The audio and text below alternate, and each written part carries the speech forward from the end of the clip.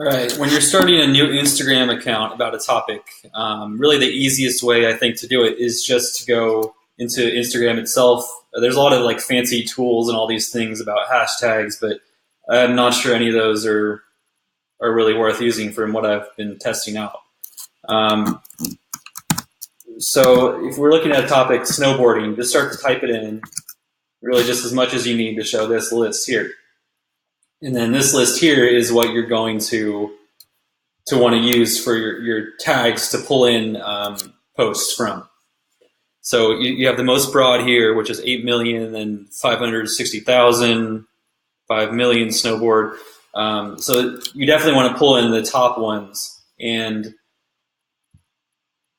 the thing is you have to, because you're creating a marketing account. So, the end goal is to market to people. So you have to keep in mind what a lot of people will do is they'll just take every tag that's associated with the topic. But that's not really the right way to go, because there's some of these, because basically you want to build an account that can gain a wide audience. So you don't want to tag posts with things like, for example, Snowboard Canada.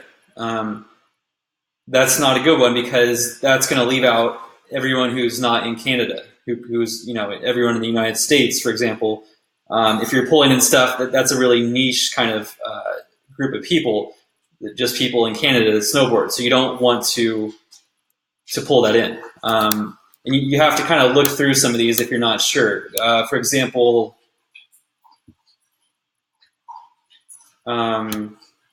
snowboard kids, you wouldn't want to use that one either, because you're trying to build an account that has broad appeal. And the typical person who snowboards isn't going to be a kid. So you have to keep in mind what your target is. If you're doing a topic that was about kids, might be different. But the typical snowboarder is going to be an adult, probably, at least a teenager or older. So if you start pulling in content that's about snowboard kids, it may not draw the interest of most people who you're trying to target. Let's see, there's another one. Snowboarding fail. That's one you wouldn't want to put in either, because you're trying to give basically, if you're building an account about snowboarding, you're trying to give a positive image of it and get people's interest and get them, people who already do the activity or are interested in it. And so you're trying to get people who want to engage in it. So showing videos of people crashing while snowboarding is, not going to be helpful to your account, because sometimes people don't think as much about the audience they're trying to build. I mean, because if you pull in more hashtags, you may get more likes on your post, you may get further reach, but the audience you build may not be the right kind of people, because there are people out there who just like to watch, snowboarding fail videos, who don't ever snowboard themselves. There's a lot of people that just like a lot of weird stuff. They like to watch, videos of people crashing and things like that, but they're never going to be somebody who's going to buy a product about snowboarding, because they don't actually snowboard. They're just interested in watching, these videos on Instagram and YouTube and stuff. So you have to make sure that hashtags you're using align with the people who actually do the activity. So here, some good ones probably. Snowboard girls is probably good. And then you have to look at the content yourself, because you can see here some of the stuff isn't even about snowboarding.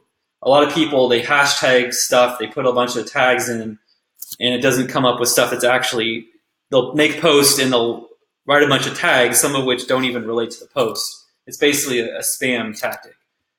So it's kind of hard to filter these out. So like filtering out this one can be hard because it has a lot of views. I'm not sure how many likes it has. But basically, that when you use a filter, like in Jarvee, to only take in posts that have a lot of likes or engagement, that's the way you can keep out some of the kind of garbage that's been tagged that doesn't have any relevancy. So you'd want to go through and just basically look at the different ones. Some are obvious, snowboarding is probably going to be a good one to use, snowboarders. So just those kind of things. And it's always good to go into the smaller tags too, and try to look for which ones may be good. Snowboard gear, that's definitely good, because that relates to e-commerce and selling products. but just check. So there's not a whole lot of posts here. And then you basically have to, each topic is different. So the thresholds you're going to use for what content you post, because in snowboarding, there may not be as many posts that have a lot of likes on them. It could be a more niche topic. So you have to test how Jarvee's working and see what it's posting, and then adjust the likes. If it's posting a bunch of crap, basically, you probably need to make it look for a post that have a higher number of likes, because it's pulling in a bunch of stuff that's not relevant or not the highest quality content.